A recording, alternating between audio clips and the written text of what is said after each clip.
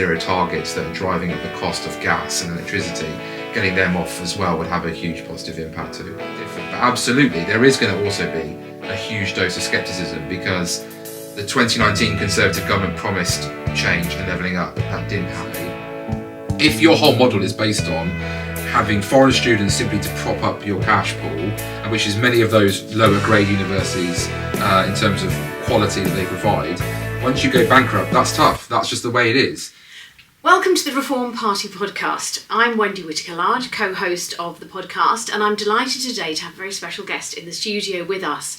So my guest today is Jonathan Gullis. Thank you for having me. It is really, truly an honour, and I look forward to taking a grilling that I know many of your viewers and listeners will be keen for.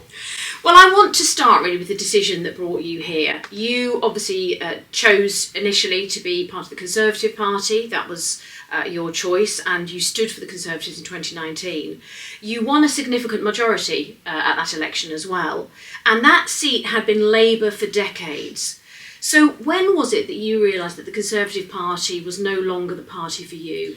So look, leaving is never an easy decision. I joined the Conservative Party at 18 years old. My entire adult life, 18 years, has been as a Conservative Party member. And like anything, you're told there's a broad church and you sometimes will have to win and sometimes you have to lose your battles internally.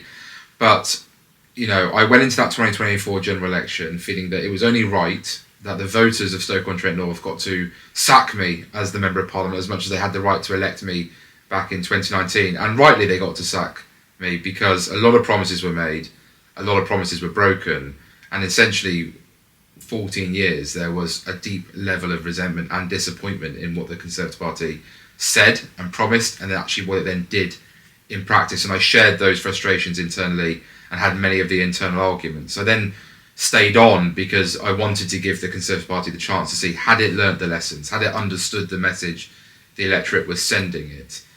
And essentially after sort of 12 months, I realised this just wasn't going to happen. And that inevitably within the Conservative Party, what we're seeing now with Andy Street, Ruth Davidson, David Gauke, David Liddington, and many of the so-called One Nationers, the Wets as I would probably refer to them as, no matter who's leading the Conservative Party, despite all the recent rhetoric and stuff that I'm sure many of us don't mind hearing from the Conservative Party, the problem is that large cohort that Andy Street and Ruth Davidson are representing are in positions of leadership up and down the country within the Conservative Party rank and file, from the Voluntary Party to CCHQ to its own members of Parliament.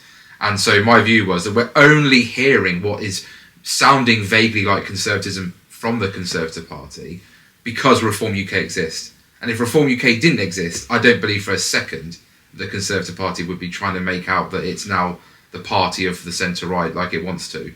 And so therefore I can't, with all good faith, go and look a voter in the face and say, if the voters, if you vote Conservative, then please believe us, because I didn't believe them and I didn't trust them any further.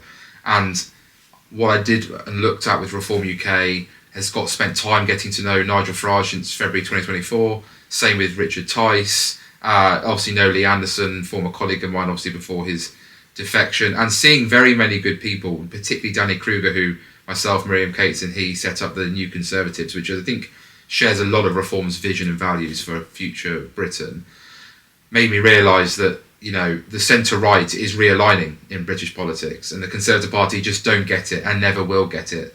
And that if I want to play a role as a member, if I want to be politically active, that the only way to defeat the Socialist government was to become a member of Reform UK, because they share my worldview of what we need to do by putting the British people first, by putting the, reindustrialising our nation, actually getting control of our borders, having proper law and order once and again on our streets, and actually trying to come up with an economy that does spread wealth and opportunity across the nation, not just gimmicks like levelling up, which ended up being pots of money that we were grateful for when I was a Member of Parliament, but weren't fundamentally going to change the issues of poverty, low wage, low skills, etc. So I genuinely feel reinvigorated and at home, and I get there will be scepticism, from Well, reform members. and I think that's true, because if you look at your time in the Conservative Party, by 2019 things were already going downhill.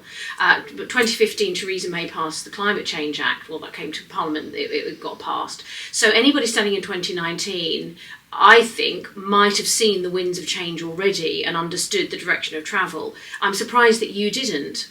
So there were obviously things I disagree with, and to be quite frank, I'm from a teaching background, so there were also elements of policy that I simply just didn't understand, and it was actually being a member of Parliament that gave me time, and also living and representing an area like Stoke-on-Trent, very different from the rural shires of Warwickshire that I grew up in. So to actually engage with ceramic manufacturers, to understand the impact that the Climate Change Act, that net zero was having on those industries, was an eye-opener for me, and a realisation that this is just madness personified, and that we're going to make our country poorer and colder and see manufacturing completely wiped out, which means in places like Stoke, good jobs that have been around for generations, fathers and sons following each other into those factories, would have all just disappeared, and therefore a city would have lost its identity as it's known, the pottery. So I absolutely accept that maybe I should have been more open-eyed to certain things. Maybe I should have been willing to start this journey sooner. But at the same time, there was no real viable alternative, I felt at that time, other than the Conservative Party on the centre-right of British politics. And also naively thought that, oh, well, I and others that I had huge respect and admiration for, particularly in that European research group, that, once that 2019 election took place and the red wall fell from Labour to the Conservatives, that the Conservative Party would finally understand the realignment of British politics, understand the voters that were willing to vote for the centre-right were no longer the type of voters that have been pandered to under the Blair-Cameron consensus. And sadly, when I was soon in Parliament, realised that that battle just couldn't be won internally, particularly from 2023 onwards. It was quite a depressing time to be in there, but at the same time knew that election was coming and it was my job just to do the best I could for my constituency, regardless of knowing the fact that the outcome was going to be, my backside was going to be shown the door. Stoke-on-Trent North, as you say, has got a great industrial history. It's one of the biggest manufacturing areas of the UK, actually, if you look back in history, particularly in the 18th century. Many people, though, living there have always voted Labour. It's a Labour stronghold, or at least it was. And there have been moments, of course, when we've seen a glimmer of change. And, of course, when you got elected, that was one of those moments. But how do you think the people of Stoke-on-Trent North will really embrace the potential of a reform, either candidate or eventually a government, when we're already seeing in the by-election with Denton and Gorton how there are many confused voters? They perhaps think, reform is great because it's going to indicate change, but for many of them it's actually going to potentially cause them some pain in the short term as well. So I think you're right in saying that voters really now understand that if they want genuine change and really bold ideas, then the only option on the table for them is Reform UK. They feel deeply let down. There was no shock that when I was elected in 2019, they'd had a Labour council for decades. They'd had 70 years of Labour MPs. During the whole Blair-Brown era, things like the Climate Change Act under Ed Miliband had come into play before, obviously, Theresa May doubled down on it, and essentially felt completely and utterly ignored. I remember speaking to a socialist who told me that one of the reasons that Brexit was so heavily voted for was because if they felt London wasn't listening to them, they certainly didn't think Brussels would even know where they were on a map. So I think that it was just a natural shift of voters, predominantly on social issues. Stoke-on-Trent has been treated as a dumping ground for illegal migration. We've got over 1,300 asylum seekers and illegal migrants in our city. The ratio in a ward is not meant to be more than one asylum seeker for 200 sort of local residents. In Hanley and Etruria, it's actually 1 in 30. That is deeply damaging. And when you see hotels like I saw opposite our railway station become an opportunity for a particular hotel chain to profiteer off the state and the British taxpayer, and at the same time create an eyesore and devalue the city, which has 6 million visitors pass through that railway station annually, that's just doing down the city further. But it's because it's got cheap housing that meant that it was an opportunity for Serco and others to fully take advantage. And I think therefore that epitomises why people are looking for something different. But absolutely, there is going to also be a huge dose of scepticism, because The 2019 Conservative government promised change and levelling up. That didn't happen anywhere near as quickly or as rapidly as people wanted it to. Labour literally ran on the slogan of change and have literally been breaking every promise they made in the manifesto and committed now 13 U-turns in order to try and just save Sir Keir Starmer's premiership. So people are rightly going to say, we're willing to roll the dice on you guys because at the end of the day, we've got no other choice but to. But what are you actually going to do? And that's where I think Danny Kruger has been really important in the stuff he's been saying, which is we're going to have to put more than just a manifesto forward. We have to put a detailed plan, even if that includes draft legislation, so people are fully aware of what they're voting for, and absolutely be honest with the British public about the trade-offs of what that might mean. But also then it makes clear to the establishment, the civil service, the quangos, the judiciary, we have a mandate for this. Don't get in our way, otherwise you will force us to look at the system even further, because at the end of the day, it's Parliament that is sovereign, it's Parliament that's the rule maker, it's the Parliament that's the final judge, essentially, when it comes to our laws and and what the government wants to deliver. And so I think that's very important to see through. Things like, for example, the triple lock, we're going to have that frank and honest conversation. It is going to be a huge cost to the British taxpayer. At the same time, lots of young people can't even get on the property ladder, and we have youth unemployment at 15.9%. These are scary figures because that's our children and grandchildren not being able to start getting into a well-paid job so they can have the same opportunities that many of us have been afforded. So, I think there is an honest conversation about ditching the triple lock and coming up with maybe the double lock, or just rating it in line with a salary increase percentage annually in order to free up cash that can be put into reducing taxes on individuals and on businesses. Those are the type of trade-offs that we're going to have to be upfront about. But I think if we are upfront about it, despite the Westminster media will try and say that we're betraying voters, and despite political parties of other colours trying to say that we're undermining things, the truth of the matter is we're the only ones being honest about the solutions to the problem. They know it. They know this is a conversation we need to have, but they'll dodge it because they're not brave enough to take those decisions. And I think Nigel Farage has shown for decades conviction of his beliefs and bravery to say things that at a time may be unpopular, but now hilariously are the mainstream of British politics. One of the criticisms that reform is facing at the moment is a lack of coherent policy. We've seen some elements of policy being released, and Zia Yusuf, as the head of policy, has obviously started to look very deeply at some of those areas and in preparation for government, whenever that might be.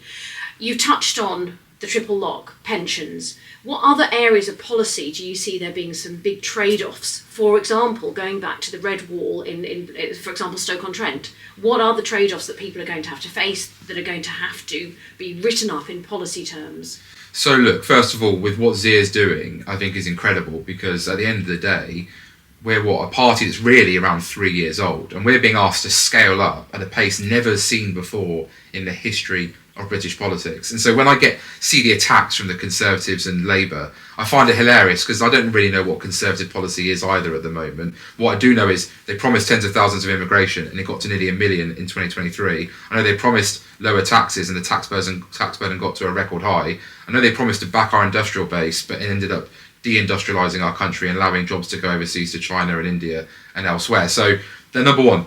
And then Labour, even more hilarious, literally looking farmers in the face and promising we'll never introduce inheritance tax, and then literally doing the exact opposite of what they promised at the NFU's own conference, I believe, if I'm not mistaken, that's where it was done. As well as obviously with pensioners, the first thing they did is remove the winter fuel payments, which I thought was cold and callous at the end of the day. So other parties wanting to criticise and throw stones. The Liberal Democrats promised university students in 2010 not to raise tuition fees. Lo and behold, Nick Clegg gets offered Deputy Prime Minister and instantly is willing to sell out on one of his biggest pledges of that election. So the idea that other parties have credibility is for the birds, just no matter how much the media, or mainstream media may I say, tries to push it. Now, as for trade-offs, for education, for example, we're going to have to invest more money. If we want to really reskill our country and not rely on mass migration, for example, there is going to be a trade-off. There will be a short-term hit to the economy. Businesses will say there are shortages and they will panic and they will make noise and they will demand that we pull that lever of mass migration for the short term whilst we do the scaling up. But we have to resist those calls. And I think there will be potentially some economic uncertainty at that time. But if we do the right thing and put the money instead into skilling up our future generations, or reskilling people who are maybe looking for new job opportunities currently sat on welfare. That for me is common sense and will long term lead to economic growth. Zia's done a lot of work visiting the Centre for Social Justice, a think tank that I'm involved with as a senior fellow. We've done a lot of work looking at how you trade off with welfare. People with mild anxiety, depression, for example, shouldn't be getting money. Instead, they should be getting talking therapy. And if you said you're going to remove money from those people, you'll get the media outcry. But imagine what we could do. We could save, we estimate 8 to 9 billion, the Centre for Social Justice has suggested. Put $1 billion of that into doubling the amount of talking therapies available, and then having a net load of money that you could look at reducing tax burden on business to incentivise them to hire people and train people instead. It's no shock, is it, that we see youth unemployment rising when you equalise the national living wage for an 18-year-old with a 25-year-old, when that 18-year-old will not have the same experience nor qualifications as that 25-year-old. It's not a shock that when you hike national insurance on employers, they're going to say as well, how do you expect me to carry on looking after staff? So I think that those are the type of frank and difficult things that we have to do. The problem is, the longer this Labour government seems to be in power, the more debt and more borrowing they seem to be heaving onto the country, which means many of the things we want to do in Reform UK are probably going to have to be paused. And that's why we're going to have to be honest with our voter base and say, we want to cut taxes rapidly, we want to deregulate as quickly as we can, but at the same time, we've got to deal with the reality of the circumstances that we inherit. And the problem is that Labour's leaving an awful mess behind, and so it's going to be maybe slower and therefore more frustrating, but if we're consistent and we're willing to take difficult trade-offs, as I say, with like the triple lock on pensions, then I think we can ultimately keep the trust of the British people to say we're on a journey, not too dissimilar to what Margaret Thatcher was doing early on and those rocky waters that she went through, but there are sunnier uplands ahead. There has been mention of a Great Repeal Act. In other words, a whole list of acts of Parliament that Reform would repeal when they get into office in order to cut regulation, effectively cutting taxation for the engine of the economy, which in many regards is small businesses, not just big businesses, yes, but small businesses. Now, by growing GDP, of course, many of the problems that you're talking about would to a certain extent be mitigated, because with a growth in the economy, that not only gives us more income, but it actually solves a lot of problems in terms of unemployment, inflation. There are lots of other positive benefits from growing GDP, which clearly the Labour government don't understand. What they're doing at the moment, of course, is reducing GDP, and I'm surprised we aren't in an official recession. I think probably we've been in recession really for the last 2 years, but the ONS very very neatly enables us not to actually ever meet that R word. How do you see businesses being supported by Reform in terms of their in terms of their policy and in terms of the legislative framework that they have to work within? So first of all, you are right. We need a Great Repeal Act, and that should be one of the first acts of a Reform UK government. The problem is governments love coming in and creating new laws or adding on to existing laws because it gives a sense of they've done something. The reality is, in many cases, you're replicating what already exists in the system or creating more confusion, which is why we see the government regularly taken to court through judicial reviews because of confusion in what the law's trying to say, when sometimes there's an overlap in different acts of Parliament. Now, I make no bones about it, a Reform UK government should be coming in and we should be sitting 7 days a week, 18 hours a day if needs be, and I'm being generous there just to make sure we get a bit of shut eye. But, to be that aggressive out the gates, to set the tone of this is what it's going to be like in a Reform UK government. We have too many politicians in Westminster, and I was guilty of it as well, falling into the trap of being basically glorified local councillors and talking about hedgerows and potholes, all important stuff, all stuff that needs to be dealt with. But the duty of a member of Parliament is to talk about the national issues and what the national government can do in the nation's interest, not just in their local area. So you are correct. When I say about a Great Repeal Act, I'm not just talking about the Human Rights Act, I'm not just talking about the Equality Act. I would like our constitution to go back to the pre-1997 Blair year, pre-1997 Tony Blair time, which I think worked sufficiently well, particularly when it came to not having an overbloated state. I'd like us to take apart the quangos that, quite frankly, should be under the control of ministers and the responsibility of ministers, so there's no confusion. To give you a quick example, in Kidsgrove Sports Centre, we wanted to refurbish the existing building and reopen it. Sport England said that because we wanted to do that, they'd only give us 150,000 towards an 8 million, £9 million renovation. But if we wanted to build a brand new one on a brand new site, they'd give us £12 million. And when I said, but I'm going to renovate an existing one right next to a large secondary school and save you £4 or £5 million, and they went, no, that isn't how it works. And when I asked the minister, he said, well, what can I do? I can't tell them what to do. And I was just like, but that's taxpayers' money that funds Sport England. You're the minister that oversees Sport England. What do you mean you can't tell them what to do? This is crazy. So in terms of business, though, so IR35 has obviously been absolutely disastrous for many small, medium-sized businesses. That isn't a huge financial burden. You know, we can find the money to scrap those rules that have been brought in straight away. You've obviously got to look at business rates, and that needs big reform, and there's going to be some big discussions about how you do that.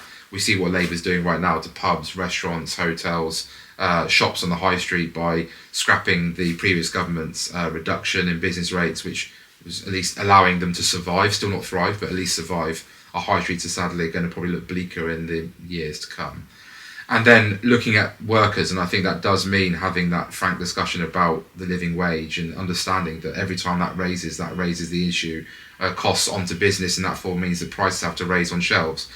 You know, we need to have those frank and honest conversations. And then VAT, you know, for certain sectors of the economy, should we actually be looking to drop VAT even further, as well as corporation tax, which should never have gone back up to 25%, and, you know, should go back down. We should be competing with the rest of the world. We should be competing with Ireland. We should be trying to get ours lower, so we could go to Ireland, we can go to Frankfurt and say, if you want to bring your financial services, or if you want to bring your big business like Google to the UK, this is a better place to be in. But it is about red tape, so it's about the quangos, and then it's about taxation and trying to find what can be done quickly, particularly I reckon around corporation tax, VAT, all of which, yes, comes at a cost essentially to the British government, but that cost is via the British taxpayer. If the British taxpayer has more money in their pocket, they can go out and enjoy themselves more, they can invest more.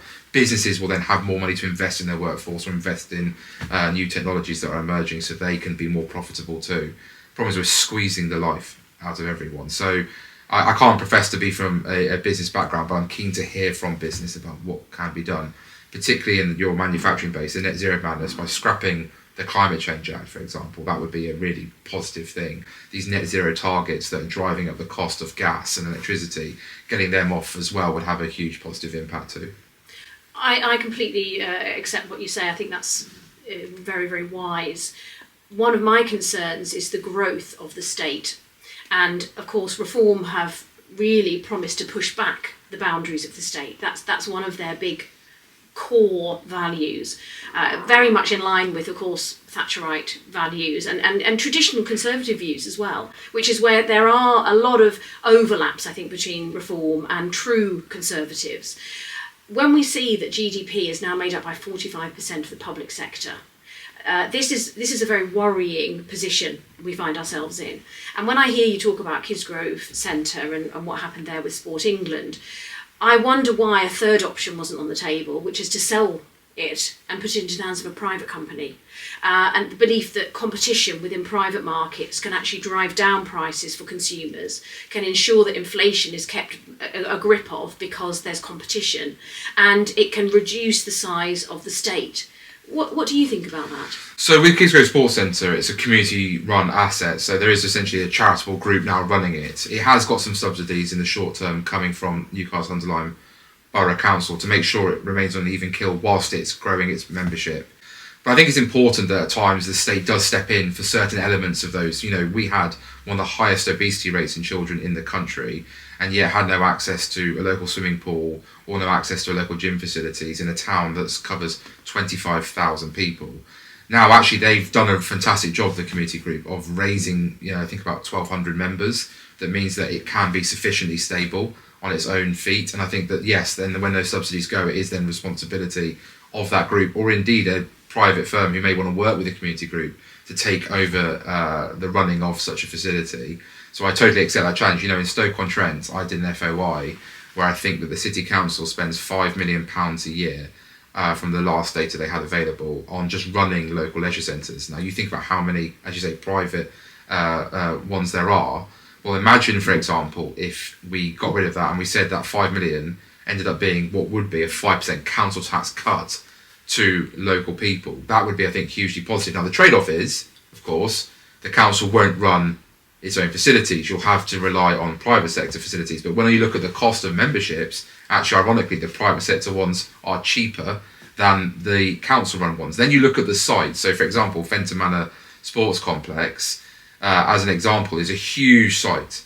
Now, there's a lot of fear in Stoke-on-Trent about building on Greenbelt. We all want to care for our green spaces. But at Fenton Manor Sports Complex, you could probably fill in a load of housing in that area and exist in an area that's already built up. Therefore, meeting the housing targets that we need, whilst also protecting important Greenbelt land in places like Packmore, for example, too, which I think would be a hugely positive thing and would generate some capital investment for the City Council then to invest in improving high streets or working with reducing council tax. Or reducing council tax even further. But I do think there is going to be a trade-off at times. I think modern conservatism has to be that, we have to decide what we can deem as critical. So I sometimes see the Conservative Party attack us for our position on steelmaking and the fact that we would have been and we would nationalise British Steel. But I keep going, why would you not want to keep virgin steelmaking in this country that then is just to be used for critical national infrastructure projects, therefore creating and maintaining jobs in our country, providing UK British steel for the British state or important projects, and not making us reliant on China, who we accept are a major national security threat and would absolutely manipulate the markets against us if there was ever any confrontation, or even if they invaded Taiwan in order to hold us hostage, knowing that obviously we've got nowhere else to look or go. So I think that's a trade-off that we have to accept in modern times.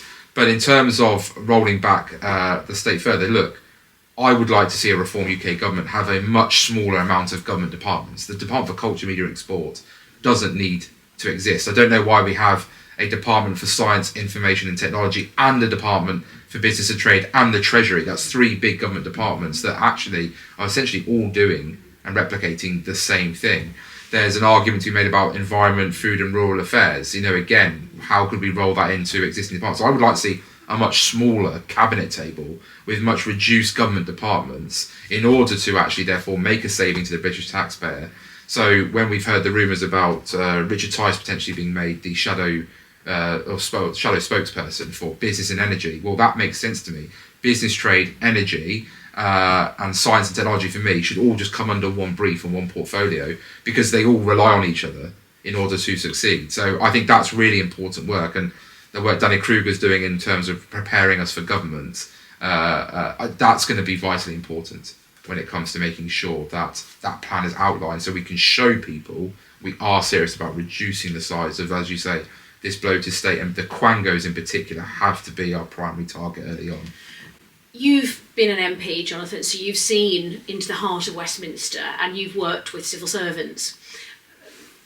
People often criticise, ex-MPs, current MPs, criticise the civil service for their role in expanding the size of the state, and indeed the blob was, has been many times criticised for its role in this underlying thread, which is growing its own sort of voter base in a way. Obviously, I know they're not elected; they're unelected officials. But the reasons why we need to have more civil servants and so on. What do you think are going to be the challenges for a reform government in terms of dealing with the civil service? So first of all, there's a great piece by Tim Shipman in The Spectator where he's clearly spoken with Zia and Danny Kruger, and Danny has said there are talented people in the civil service. Many of them are more in the junior ranks, and the problem is because they're talented, they come up against the bureaucracy and the blob itself, because there is a bit like, as I said earlier, with the manufacturing, there's generations of families that have gone into the civil service one after the other, and they see it as their duty to protect it, rather than understand it's their duty to actually work for the elected government of the time. When I was a minister in the Department for Education, I had a private office of 6 people. These were young, hungry types who were very keen and malleable to wanting to do great things. The problem was that you've kind of got these different layers of management that I think is more horizontal than vertical. And so the problem with that is there's no real like thread or chain of command when it comes to delivering policy. There might be on paper, but it doesn't feel like it operates in that way. And so the problem is everyone's just shuffling things between one another. So to give you another example, there was money that goes towards helping primary schools deliver PE lessons. Part of that money came from the Department of Education, part of it came from the Department of Culture, Media and Sport, and part of it came from the Department of Health and Social Care. And I remember saying, well, can we just convene a meeting with my respective counterparts in those respective departments and we'll just hash out what it is we need to do. And I almost got looked at like this was some sort of foreign idea to get someone in a room together and just hash out what money have you got, what have you got, like let's put a 3-year plan together. And ultimately the civil service were more interested in me writing letters and sort of passing it around like that rather than just getting in a room and hashing it out. So I always wondered why. There was another example when there was some polling that was wanted to be done to understand how schools were reducing workload. And I said, well, why do we need to spend 600,000 on polling with the Department of Education? Why don't we just write to schools, have a portal on our website and say to them, submit your ideas, and we'll just design some badge that the best 10 or best 20 can say that they are, DFE award for, outstanding teacher recruitment and retention. And the civil service kept pushing as if I had to sign off on this. Now, I never did, but they kept wanting me to sign it off. And at one point you start to go, why are you so het about something that's 600,000, which in the grand schemes of that department is small change when it comes to government spend. So you do worry like what's going on behind the scenes that you're not seeing. So my view is, as Danny has said, we go into the civil service and say, look, we have a mandate and it's very clearly been won and we want to work with you. And if you want to work with us and deliver, there's going to be huge opportunities for you to progress in your careers and for you to introduce and share exciting ideas based along the government's agenda. But if you don't want to get on board, there's obviously going to be consequences. And I think trying to play nice at the beginning is important, and then very quickly make sure you're building up your armoury to deal with inevitably what will be a fight from within, which I'm sad to say will happen. And based on the fact that it's ideological madness of civil servants who forget that their job is to serve the elected government of this country. So that will be a huge challenge. I think it does come back to performance-related pay. I do think that we should look at bonus schemes rather than giving huge salary rises that actually reward people doing the right thing. I think we should be making it easier for people to be removed from the civil service as well if they're not performing. I think even Darren Jones, the Labour Minister, said there was only something like maybe less than 100 people in the entire civil service on any form of performance management. Now, in a civil service of that size, I think all of us can roll our eyes and think, how can any business or institution of that size, of that many workers, only have less than 100 people who are, not meeting the expected standard? I query that, and I think many others would do too. So, this is where we need to really ramp up and be brave. And tell the civil servants now, if you don't want to be involved in the project, then okay, if you've got to go, you've got to go. But there'll be lots of other people waiting to take your place. And actually, what can we do to recruit talent from outside of London? And so actually the Places for Growth idea under the last Conservative government, I think was a good idea. The idea of trying to have government departments in part work outside of London so it could recruit local people to inject fresh ideas from outside the university liberal chattering classes that is central London, that sadly most of the civil service is awash with. So it's going to be a big challenge, and we're going to have to be quite bold and straight up and be willing to find ways. If you look at what Nadeem Zahawi did when I was with him in Parliament, and he did the vaccines rollout. Why did that work? Because they got rid of normal procurement regulations, they got rid of judicial reviews, and that enabled the civil service to work with the private sector in a much more meaningful and rapid way, and therefore deliver those vaccinations at that time around the country much more quickly. That, I think, is actually a really interesting piece of work that Dominic Cummings certainly has looked at and was part of, as a way of what can be done to replicate that across the state, so you can actually deliver very quickly these type of changes that are needed. Yes, and I mean, aside from the pros and cons to the whole vaccine rollout and the questions that have been raised about that since, of course, the efficacy of those vaccines and so on, this ability to work with the private sector, I think, is absolutely key. And I think what you mentioned also about British Steel, one of the phrases that comes to my mind is the moral hazard. We have to be aware that when clearly the British Steel decision had to be made rapidly, and thankfully the government listened to reform on this occasion, and I think we led the way on that one. Absolutely. We were the sort of standard bearers on that one, and secured that again, as you say, for the British economy, very important. Nevertheless, I wonder what the philosophical and ideological thinking is if we are going to take that approach with lots of other business type enterprises. There is a moral hazard that's going to face us on those kind of questions.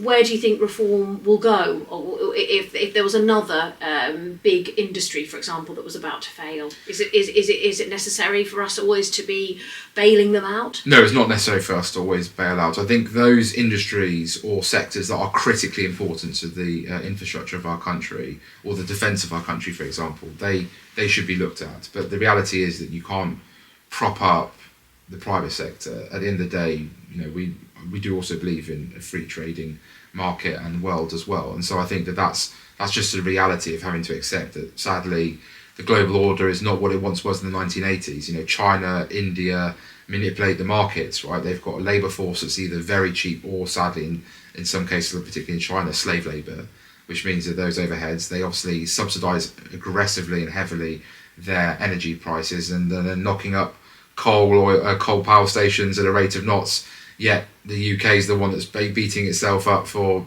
only being wanted to get to net zero, despite only being responsible for less than 1% of the world's global emissions. It's just madness personified at the end of the day. So I think that it's just, again, being honest. But I think what we then need to do is go into those communities where those impacts are felt and say, we're going to help steer direction and conversation about what's the future industry in this area. So somewhere like Stoke-on-Trent, it's a creative city. Ceramics is important, and the ceramic manufacturers that are surviving are because they are very cleverly going for high-end products and trading those across the world to hotels, casinos and restaurants. And that is a product that will always be wanted, because at the end of the day, your IKEA plate from China will only last so long before it can easily get infected with bacteria and therefore have implications for a hospitality sector.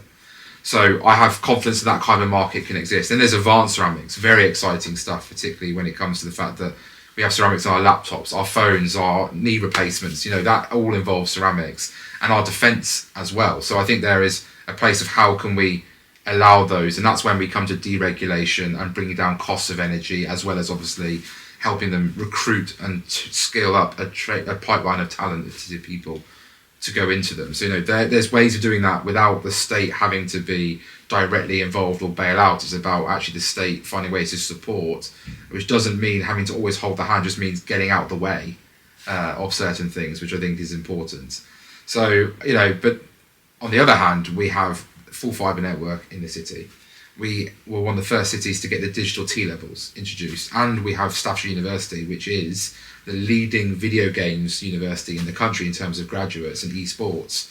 Esports, I know I've made it uncool now I've said it, but in the NIA, I think they get 100,000 people turn up over the course of a weekend to go and watch other people play video games. In South Korea, I think there's something like 40,000 seater stadiums sold out to watch it. More people watch esports than they watch actual live sports in places like South Korea or Japan. I can't remember which one it was. That, again, blows my mind.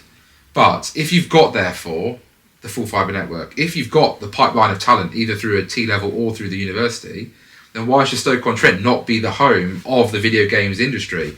And, we wanted to build an arena in the city of Stoke-on-Trent, which would have required some government investment alongside private sector investment, but then have it built with an esports arena ready to go. We should have been the only one in the country outside of the Copper Box in London.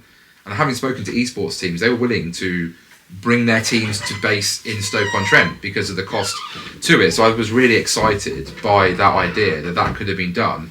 But again, because we have a state that's so in control back in Westminster, rather than devolving powers to local areas to make us competitive in the space around whether that be corporation tax, business rates, or indeed national insurance maybe for employers, finding ways for local areas to say, let's reduce those costs for our local areas so that for us, if you bring your business to our area. And then that way, then every area can compete, but also find its own niche. And that would have been a real positive thing that I wanted to see happen. And that's where the state can, without having to bail out an industry, but in fact help create the future of a new one in a local area. I'm delighted that we're now joined by Ken Ferguson, my co-host on the podcast. So he is here to grill, finally, Trembling. to grill Jonathan. But I just want to ask Jonathan a final question. You alluded to the fact that we're going to have some tough messages if we get into government. What kind of personalities, what kind of traits do you think we should be looking for in our candidates?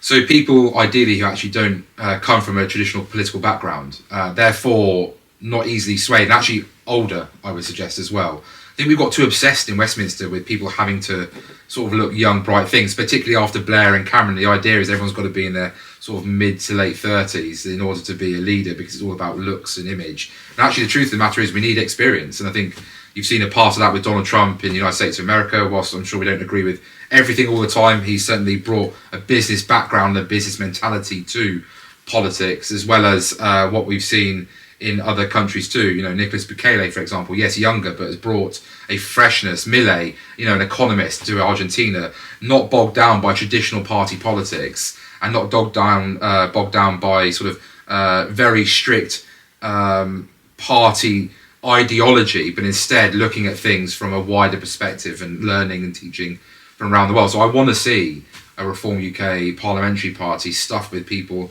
who have worked in different sectors of our economy, both in the public and the private sector, who've come from the shop floor up to the top ranks, who understand what life is really like and had that real world lived experience, rather than what we've seen with many of these Labour MPs who are worked for think tanks or have worked for members of parliament and are now just obviously following the sort of the traditional footstep, because the problem is it is a bubble.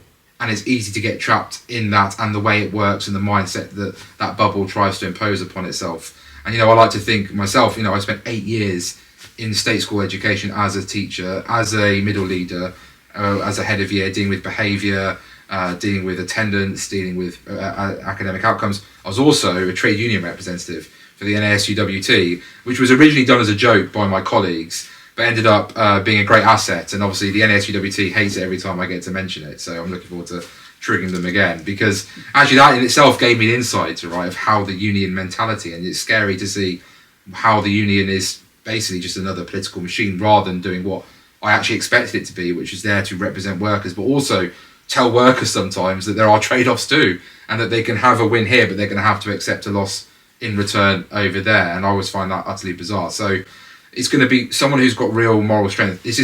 Our candidates are going to be looked into and investigated at a rate that we've never seen before. We know Labour Together were literally hiring private investigators to look into candidates for the Conservative Party at the last general election. The media are going to throw every kind of slur and whiff of scandal. Layla Cunningham was on the front page of the Mirror recently simply because she'd had a photo with someone who was alleged to have been involved in taking drugs, but her crime was having a photo with this individual, and that now apparently constitutes as front page news. This is the crazy world that we live in. So they're going to have to, my advice would be to anyone who's thinking about it, your family really have to be on board, because the abuse that's going to come, the pressure that's going to come, you might be able to stomach it, but the question is, will your wife or your husband and your children and your mum and your dad? Because I saw how it affected my family, and my wife would love me to walk away from frontline politics, but also knows I've still got a passion for it, and so will support me. But she dreads it every day. She dreads it, and the abuse that she's had into her own private social media platform, which is not public at all, for just being married to me, despite having completely the opposite politics of mine, goes to show just how narrow-minded many people are, sadly. Right, the main areas I wanted to explore with you, you're just talking about your background in education. What subject did you teach? So I was trained in citizenship, which is basically sort of politics, but for 11 to 16-year-olds. And then I predominantly ended up teaching RE and history for most of my career in humanities. Right, and you had quite a long career with Michael Gove, didn't you, in the Department of Education? Yeah, so I worked, obviously was a teacher under Gove's reforms. In fact, I came in as a minister under Liz Truss's organisation. So I had 51 glorious days as a minister, which I'll still trade around on. But yeah, didn't get the length of time I hoped for. But I was on the Education Select Committee, and I was also a co-chair of the APPG for apprenticeships. Right, good. Well, I mean, that period when Gove was in the Education Department was probably one of the few positive outcomes that came in 14 years of government, wasn't it? I mean, he really revolutionised the education system in that short time. Now, I feel that reform is weak on education. I had a look at our education policies, or at least the stuff that was in our contract with the people for the last election, and there's not a lot there, if I'm truthful. And I think education is one of the main areas in the country that needs massive reform. Would you agree with that? I totally agree with you. So at the Centre for Social Justice, where I'm a senior fellow, I'm in charge of a scheme work called Rewiring Education. We actually launched our first report where Michael Gove was there, Ian Solomon from the Liberal Democrats. Can I just interrupt for a second? Any chance Michael Gove would come over to us? I don't think so, no. I think he's... and I know he's very happily ensconced as editor of The Spectator, but I mean, every time I see him, I just admire the huge brain he's got. He is one of the biggest brains, and he should never be underestimated. But I think that he is more of on the liberal-minded sort of One Nation view of the Conservative Party in some ways. He was for Leave, wasn't he? He was for Leave, and like I say, I'm good friends with Michael and always say good things about him. I can't envisage him being in Reform UK. But I think that Michael's also someone who will work with anyone and everyone, and so if there's an opportunity to sit down, if Zia wants to sit down and ever meet with Michael Gove and learn from him, take that opportunity. A bit like Dominic Cummings, I would want to harvest what these guys have and know and understand. So I wouldn't want to waste the opportunity. And in fact, if Reform, and I certainly hope when Reform come into government, don't be afraid to say to Michael, you're a lord of the realm of the Conservatives. You can certainly change that badge to Reform UK and potentially help a Reform UK government. I'm sure he's got some fantastic ideas he could help us with. Let me run a couple of mine by you in terms of where I think our reform should be going. First of all, in the secondary education, I think we need to drastically cut the number of university places. Yes. Now, I mean, you were talking on CSG the other day about technical education. So one of the ways to get more people into technical education is to limit the number of places in higher education, isn't it? Look, absolutely. We've got way too many universities, and the problem is actually we did huge damage to technical education when we turned polytechnics into universities. Polytechnics are a good thing. Now, you can rebadge them as institutes of technology or institutes of health, whatever it is that you want to do. And as I say, for Staffordshire University, I think it should be an institute of technology because of its video games esports speciality and really stand out. And I went to Oxford Brookes, an old polytechnic. Again, I think it should go down a different road rather than trying to compete with Oxford. So number one, absolutely, we don't need 120 universities across the country. And a reform government should say, if your whole model is based on having foreign students simply to prop up your cash pool, and which is many of those lower grade universities in terms of quality that they provide, once you go bankrupt, that's tough. That's just the way it is. The fact that we've got loads of students who, if you're outside the top 20 universities, are graduates, 700,000 graduates currently on welfare, because they would have gone to most of the universities outside the top 20 that don't provide the quality within the degree to help them get the job they desire in the workforce. Why is it that engineering is a degree rather than an apprenticeship degree? Sorry, there we go. I've probably got my words out. Technical degree where you're working for an employer, you're gaining the qualification. Yes, you can still have it certified by university, but it's actually lived real-world experience to understand the challenges day in, day out. You could do the same with architects. For example, film studies or whatever it is that goes on there. Warner Brothers Studios got this massive base in Buckinghamshire. Why not ask them to take on a load of apprenticeships and offer opportunities for those people to work in the real world rather than saddle up loads of debt, which students pay off for potentially for 30 years, but then actually 2/3 is being paid off by the taxpayer, many of whom would not have gone to university. So yes, that's a trade-off that should be made and be bravely made, because we don't need 120 universities in a country of our size. Good. Well, let's move on to secondary education, which of course was what you were working on, the goal. Let me tell you what I would do, or my proposal, and you can tell me why it wouldn't work. What I think we should be doing is, first of all, taking all schools out of local education authority control. Yes. Secondly, I think they should all become academies, and self-governing academies. Yes. like the fantastic Michaela School and so on. So you have completely break the tie with local government. In terms of funding, what I would do is give a voucher to every adult, every parent of every child, which they are free to go and take the voucher and spend anywhere they like, in any school they want. You then create effectively a market in education. So the good schools will prosper because they'll get lots of people coming to with a voucher saying, I want to send my child here. The poor schools will wither away. And you in my view, you would completely revolutionise. Also, it gives parents choice, which has got to be good. Tell me why that doesn't work.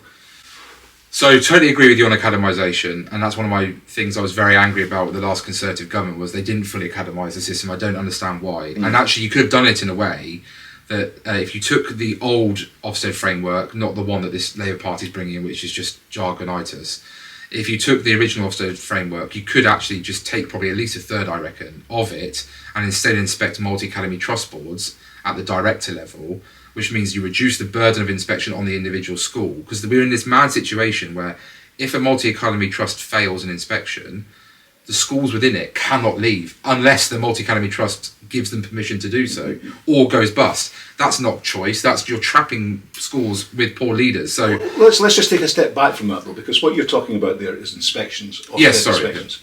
Now, in my view, if you were to run some kind of get some market forces involved in the education system, you could almost scrap the inspections because it would be irrelevant because people would vote with their feet. If it's a good school, they would send their child there and they would prosper.